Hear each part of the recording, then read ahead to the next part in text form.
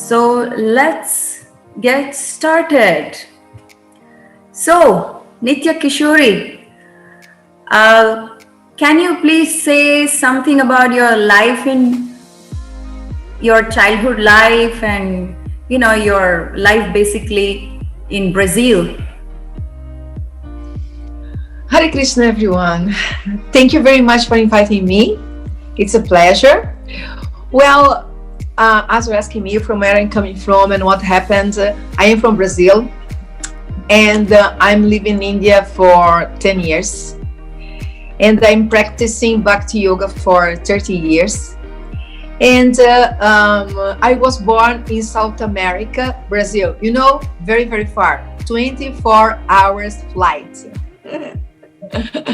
And Brazil, we can say that is very different from India because we born Christian in Brazil.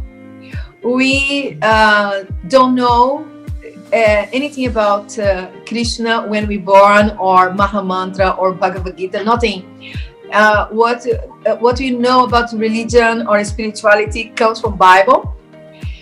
And my life, my parents, they were not rich, and we were living in the biggest city in Latin America. It's called São Paulo. It's a very nice place, and as you know very well, we have football, and my father and my brothers and my siblings, and they all love football. And we born with this thing, but also Brazilian people, they're different from Europeans in one sense that people are God believers in my country. They're not atheists.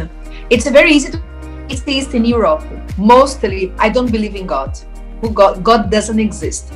But in Brazil, if you want to know something about Brazil, besides carnival and football and beer, you have to know that they are God believers. There are many religions, and I think this is the reason why we are having so many devotees in Brazil. And in Brazil, we have Jagannath Baladev Subhadra, Radha Krishna, and Gornitai. And I want to tell you that I went to university and I got a degree in marketing manager, and then I went back and get an MBA in human resources, and I was working for companies doing corporate training, doing consultancy and marketing and making strategic planning and go company to company and work. And I was having a good life. I traveled the whole Brazil. Brazil is very big, like India, and we have many beaches. And I was traveling so many places and making friends when I was young. And it was kind of okay life. Okay, so thank you for that brief introduction. What I want to know is, what is that special interest you had in besides your studies, profession, and interest in football? Did you have any other interests like spirituality or anything else? Well, we don't have so much information, or we don't have much opportunity to get information. It's like in India now is happening in Allahabad, in Prayag, actually the Kumbh Mela. And you go there and many people are talking about spirituality, you understand? So this is very nice, very interesting. But in Brazil, we don't have those gatherings. So you can't get proper spiritual understanding or information. You have all kinds of things, you can go to university, you can go to trips, you can go to dramas and theater and so many things. But most, you don't have the possibility to try to understand, spiritual matters. It's rare. I think one person who born in the West and come to understand Krishna consciousness or Gita come in contact, I think they're very lucky, because actually it's not so much spread. Any kind of spiritual concepts like largely spreading, largely spoken, outspoken, or much interaction. Yeah, let's talk about death. Let's talk about God. Let's talk about is there a spiritual heaven or not? Let's talk about different kinds of religions. No, it's rare. Some courses in universities that I was going as a ISKCON member to speak about Bhagavad Gita and spiritual matters. Sometimes they have some kind of gathering, but it's very rare. So how did you come in touch with Bhagavad Gita? It must be like really interesting. Can you share the journey, please? Yeah, I was 17 years old, and then I met one devotee lady. She was selling books in the buses, because this is usually what they do in South America. People are in the buses like anything, like so much.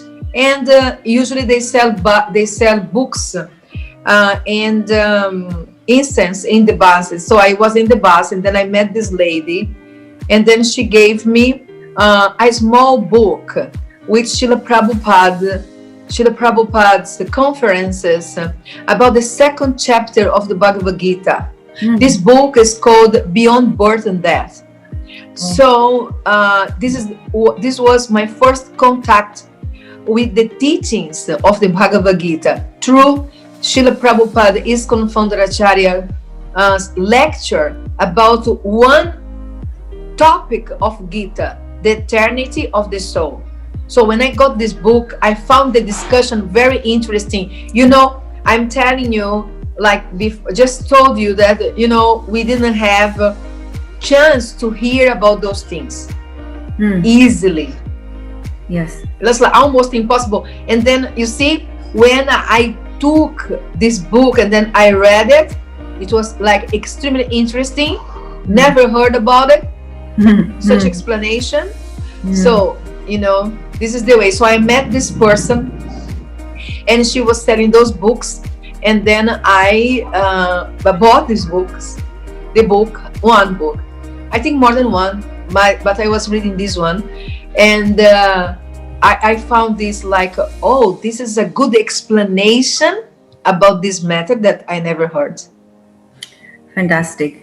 And were you a vegetarian before Nitya Kishori, or what is it? No. I want to know what Brazilians are interested to eat, you know. What's your favorite food? What is the favorite food of Brazilians? Brazilian beans, rice, chicken. Oh. Yeah. So before I was not vegetarian before I joined. I was very young, and then I heard about vegetarianism and interesting, but you know, not is stronger to convince you to leave your lifestyle and embrace something more relevant, spiritually speaking. Okay, so are there vegetarians around in Brazil, or what? I mean, the normal Brazilians around who have not accepted any spiritual teachings. Is vegetarianism like a popular trend in Brazil now? Because you see, in some other countries, vegetarianism and being vegan, these are now the popular trends. How is it in Brazil? Yes, changed a lot.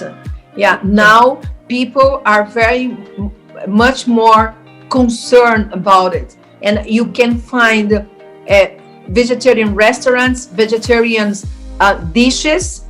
You go and ask, and many people declare themselves vegans or vegetarians. It's more common right now, but not that time, like 30 years ago. Okay. And how was your journey, Nitya Kishori? Was it difficult for you to like give up all this meat eating and other vices like intoxication or like that, which was prevalent at that time? Was it difficult for you to give up? Was it challenging? Not for me. Oh. Not for me. I just needed guidance, and I just needed to hear something about it that makes sense. For me, it was very easier and quickly to accept and understand. Right. I readily accept. Oh, this is what you should do, and this is why. Yeah, because of this.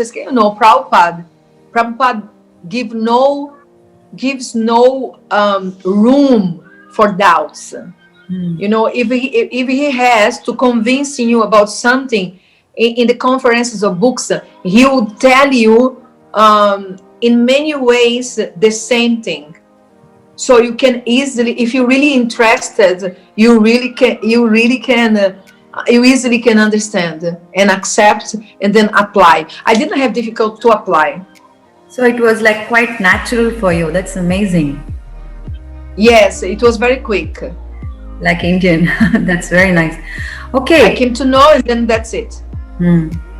What was your, that trigger, that turning point in your life, which you would fondly remember in your journey of spiritual life?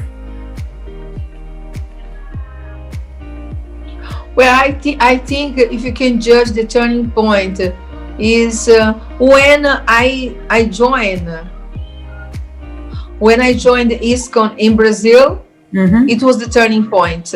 Yeah. So, after that, of course, many interesting things happened. It was a life of adventure. I think it'd never be like that if I didn't accept Srila Prabhupada's teachings or the society. Maybe it would be an ordinary journey, but with Krishna and Bhagavad Gita and Prabhupada, it has been an extraordinary journey. But turning point, I think the main one, of course, I had many, but main one, it was when I decided to accept the teachings and just give. Actually, I didn't have the intention to, I will do this for my whole life. It was not what I thought when I accepted. I just gave a chance to that teachings to be more connected and study and come to know more deeply about those teachings. Just like that. I didn't thought it will be for the rest of my life. Oh my God, look at this is incredible. No, let's try. It's interesting. Let's try. And then it never ended. Amazing. You mentioned this amazing adventures, So what other adventures you had? Just briefly, can you please share? Well, after joining ISKCON, and then I got to know so many other people, vegetarians and spiritualists, and I discovered a life full of festivals and philosophy and new things, and the possibility to come to India and the connection with India, that's very special and relevant and mystical. So this possibility I didn't have before. After that, I had this possibility to come to India and this connection, and came to know Parampara and all this deep philosophy. And what else? I traveled the whole country, Brazil, doing book distribution for many years, from north to south. And then when I came to India, before I came to India in 1996, not only when I came to live in India 10 years ago, but I came to India before. So I came to Vrindavan, to Mayapur, then I went to Europe, to Switzerland. When I came to live in India, I traveled 2 times the whole world, including Asia, South Asia, China, Indonesia, Malaysia, and all those countries, just sharing the teachings of Bhagavad Gita, the conclusions, the Siddhanta of Vaishnava Siddhanta with other people, other devotees, giving workshops, seminars, and doing also shows and programs and cultural programs. And then I think this is extraordinary. Nowadays, I know people from 50 different countries. Oof, amazing. This really extraordinary journey of a spiritualist. Yeah. So last 10 years you are in India. Are you happy being in India?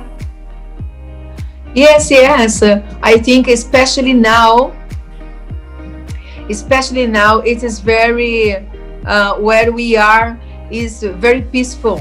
Where we are in Mayapur is peaceful, and we feel home. A lot of people here that we know well, and we have good relationships because we have the same goal, to serve Krishna and Prabhupada, and then it makes the difference in life of anyone. And I believe this place is very peaceful if you compare to Europe right now, to Brazil and many other places. So I feel very lucky to be in India now. I think the worst of the pandemic is finished, and we are better than other countries right now. And we just have to carry on in a sane way, and all of us will be happy. Fantastic. Thank you for that.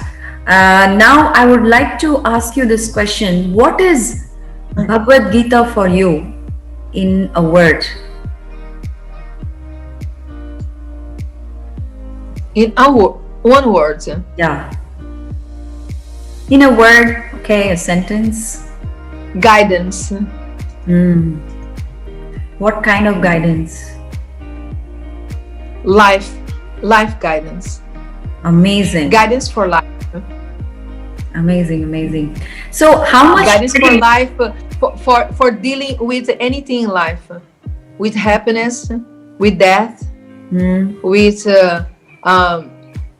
the world itself, with its problems and difficulties, and also what happens after, and any time that we want to be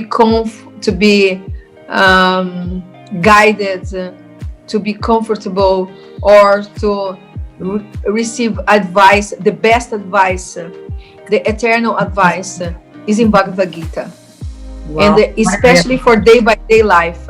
For example, there's a very nice advice from Bhagavad Gita that is telling, don't do others' duty, even if you do this in a perfect way. This is very interesting. We usually leave our own stuff and try to get others in trouble by doing wrong what is not our duty. So it's kind of a useless thing that everybody does, a very ordinary and useless. So Krishna is telling, don't do this. Don't do this. It's not yours. Don't do it. Let them do it. You understand? So this is a good advice. And so many times in Gita, Krishna is telling about tolerance and patience. So many times. What does it mean?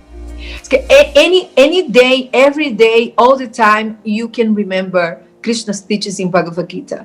If you get confused, if you're in trouble, anything, if you want hope, also the message of hope is in Bhagavad Gita. If you understand what to do, because what's our confusion? We don't know what to do in life. What should I do? What should I do? All the time we are in some confusion. So if you don't have a faith, and then even if you have faith, I have faith in God. Okay, so what does it mean? What is God's words or guidance or advices that you have faith in it? Where are them? How they can be practical? Yeah, you have faith, and how your faith is helping you. How? If you don't know, or you don't understand, or don't believe in Krishna, and that he spoke this knowledge in Bhagavad Gita to guide us. Yes. To guide us. I read Bhagavad Gita 5 times, and it's not so many, but everybody should hear and listen as much as you can, so you can better, keep it in your mind the teachings, and then when we need it, and they are there. That was like such an amazing insight, Nitya Kishori. I really thank you for that. Now, moving on, can you please share some of of course, you've already shared many of the insights, but can you please give like one practical advice for my audience, in regards to Bhagavad Gita, that they can apply, they can follow it on a daily basis, please? Daily basis.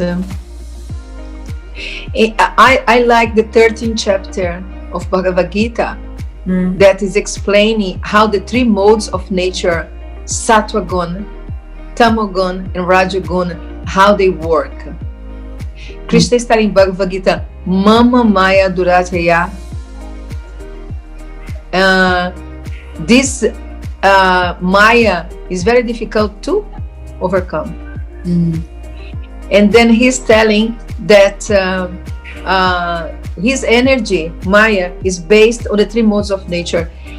Well, if you're really introspective, and if you really want to understand what's happening around you, in your workplace, in your family, in the world in general, why somebody takes some decision or do some actions.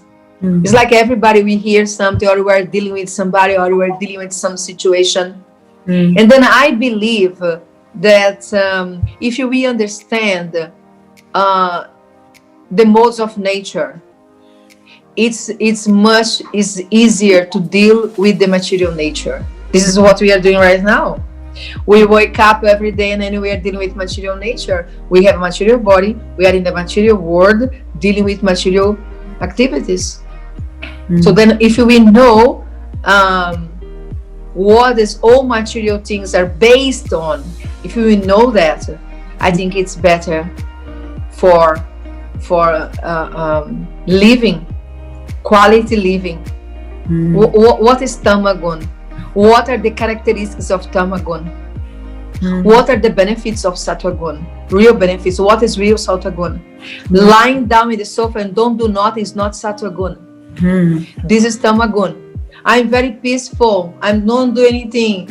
I'm Sattvagun. Wrong. This is not Sattvagun. Sattvagun is active. What changes is the consciousness. So what is passion? What is Rajagun? How Rajagun is working? When I am in Tamagun, how I can observe the modes, and then you can know the consequences of actions of yourself and people by analyzing the modes of nature. I think this is very useful. That's my opinion. Yes, this is wow. Nitya Kishori, I don't know how grateful I am to you. So wonderfully explained. Yes. Yes, we all, we are all here and we know Bhagavad Gita, but then we always avoid these 3 modes. We don't want to know about them, because once you know about these modes, then you know who are you exactly. It's like mirror. You know exactly, like how you said, like sleeping, it's not Sattvagun. So we immediately come to know our real face, right? Wow. Thank you so much. I agree with you for that. Thank you. I agree with you. Yes. This is a turning point to understand the modes, because everything is under the modes. The animals, the plants, the food, the trees, everything is under the modes. So what's happening? I think see the modes is see beyond, like in the Matrix movie. Yes. When Neo, he sees that his body is not there.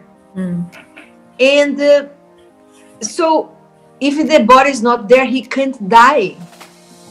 So then he realizes this is all a software. And then when he realized that, he stand up, and then he can stop the bullets coming towards him. So this is a power that this is a yogic power. Everybody's like, you understand how the modes of nature are working, and then you go beyond the nature, the material nature, the modes of nature, and this means transcendence. You are not controlled. You have the control. Yes. And you cannot be abused or cheated, or somebody makes you suffer. No, because this is the modes. You see how they are acting. And I think, let me tell you something else about the modes. Yes, of nature. Please. The knowledge of the modes of nature is not in any other literature but Bhagavad Gita and Bhagavatam. No Western literature described or explained the three modes of nature. Wow. Yeah, at least we can gradually, elevate ourselves from the mode of, by knowing the modes. At least we can gradually elevate ourselves from ignorance to passion, and raise from passion to sattva gun, to the mode of goodness, and from there, move on further to transcendence, right?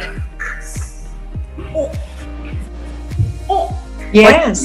What do you say? Yes, but this is what we want, isn't it?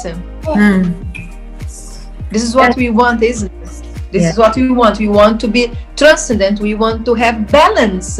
We want to have happiness. We want to understand, and we want to be understood. And then what Bhagavad Gita is telling, let me tell you something. There is something that maybe you don't know. It's called the gunas.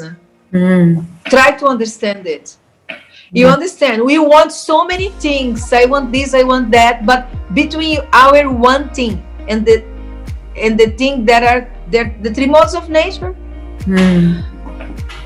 So it's better for us to understand that, to know that. Wow, that was really amazing of you to bring out this point. Okay, thank you for your time. With all your busy schedule, you made this time for me. Thank you so much. And it's a pleasure. Thank you. Welcome. And I would like to invite you for a second, extension of this episode. Okay. So please come on to that. Yes. Okay. Thank you. Thank you so much, Nitya Kishori. Thank you, Hare Krishna. It was a pleasure. Most welcome. Haribol.